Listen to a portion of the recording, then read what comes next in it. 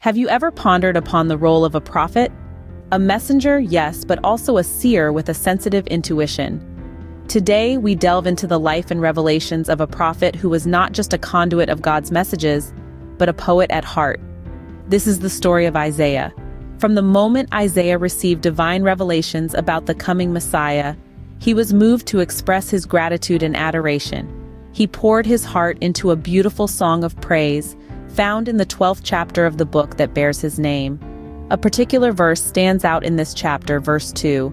"Behold, God is my salvation. I will trust and not be afraid.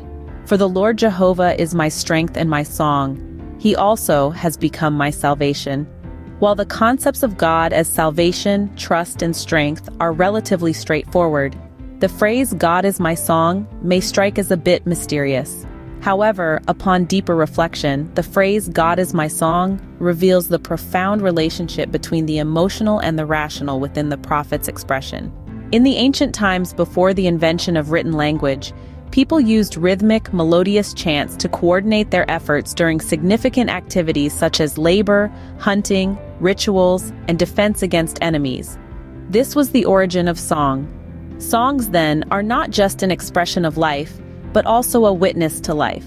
They can inspire, soothe, and express our deepest emotions. They can rally people together and provide a spiritual respite from the bustle of everyday life. To those who love them, songs are a breath of the spirit and a sublimation of thought. The songs of the prophets, while they appear to be written by humans for God, also reveal God's work within the human heart, showing that God is the essence of song itself. After reading the Psalms of David and the Song of Solomon, one can see a similar pattern in the prophecies and songs written by Isaiah.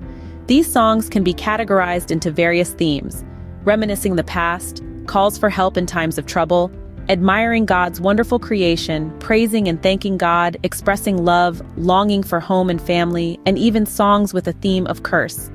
They all encapsulate the author's rich life experiences within God, those deeply rooted in their faith in God. Whether they be prophets like Isaiah, patriarchs like Abraham, leaders like Moses, kings like David, apostles like Peter, Paul, or John, all recognize that their faith is in the one who operates above all, yet dwells within all.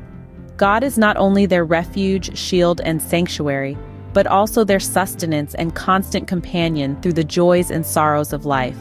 As David says in the Psalms, "God is my refuge in the land of the living. You are my blessing." Indeed, he is the satisfaction of all who believe in him. He is the all-sufficient, all-abundant Lord, capable of meeting every need.